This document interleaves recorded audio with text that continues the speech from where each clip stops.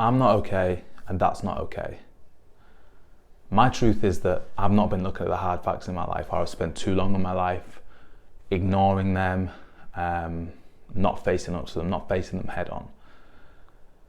And the hard facts are that, or that's led me to not being where I could be in life and not being where I want to be in life, but I am where I deserve to be. And that is a hard realization to come to, because it's basically admitting that I've not been good enough and going against all my instincts and all my senses that I'm okay and that I'm doing okay and I'm doing all right and I'm heading in the right direction.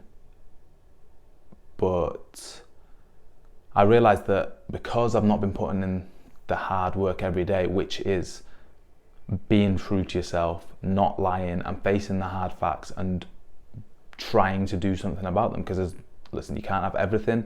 I recognize that, but that doesn't mean that you can't aim for perfection. I've took the easy option time and time again, and I want to give one example for where this has showed up in my life, and that is with my body. Now, I've been a professional athlete, if you like, for the majority of my adult life, which has meant I've had an okay body, but it's never been something that I have been proud of. And when I look in the mirror, it's not a body that I am proud of. Now, this is just one example, and it's not something that gets me down. I don't need other people's recognition. It's not something that I would have to hide away from other people, but I know in my own head, and I know that I've been putting it to the back of my own mind for such a long time now. I've tried to stick to diets, every fad diets, and been like, this is what's going to save me, this is what's going to save me, instead of facing up to the hard facts, doing the hard things. And for me, eating healthy, because I can train hard. Functionally, I'm fit, I've got a good aerobic capacity, and I want to take it to even better levels. But as a baseline, it's good. But physically, where I look myself in the mirror, it's not something that I can look back at and be like, I've taken sacrifices to be the best version of myself in this area. And I feel like that ties in well with metaphorically when other things have come up in my life where I'm falling short, or where I could do better, or where I'd want to do better. I will look myself in the mirror or judge the situation and be like, do you know what? It's okay. Take it easy on yourself. Don't be too hard on yourself. Don't worry about it. You in the future, or me talking to myself, me in the future will sort that out. But that's living a life of hoping. And I guess there's nothing wrong with hoping, but only hoping for me has led me to feeling very unhappy and not fulfilled in life, and with a lack of purpose, and just staying with the one thing in my life that I felt I needed to do and that I should do, but not being true to myself. And I guess that's been easier for me to do and easy for me to stick with, because it's been easy for me to lie to myself in essence, to look at myself in the mirror and be like, it's okay, everything will work out in the end.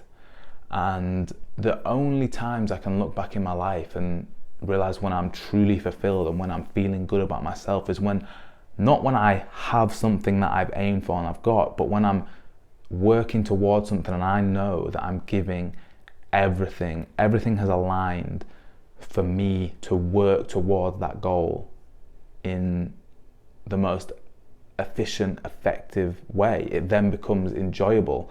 Whether I got the goal or not, whether I achieved that end goal or not,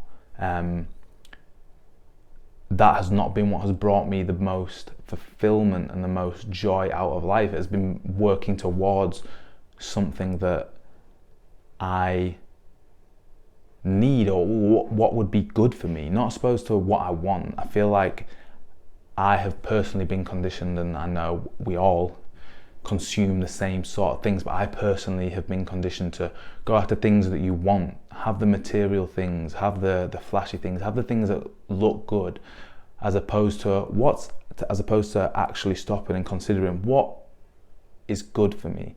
If I was looking at somebody else who I respected and cared for, what would I think would be good for them?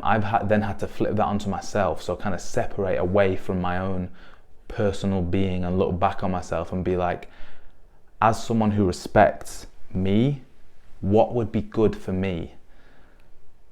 And that's where I'm at right now. I've decided what would be good for me, and I'm going after that. And already I've noticed myself having conversation with friends being like, and I can't put a finger on it, but it'll be like spiritual. Like I feel like things are aligning for me, and I'll hear something in a podcast that I read or I listen to, or a book that I read, and then I'll have a conversation with someone else, someone new, a brand new person I've never met before, and that same idea or same fact that I've learned will come up in the conversation as well. So what this video has been about is that I'm not okay, and that's not okay, because I should and could be doing everything in my power to start moving towards what I want. And I've reframed what I want to be what would be good for me. Kind of strip away, because what you want can go on for miles, for days, and end on end. If you were to write down everything that you want, what would just pop in your head? I want that, I want this, I want that. No, what would be good for me? And realigning and reorientating my life towards that. So yeah, I'm not okay, and that's not okay, and I'm doing something about it. Thank you.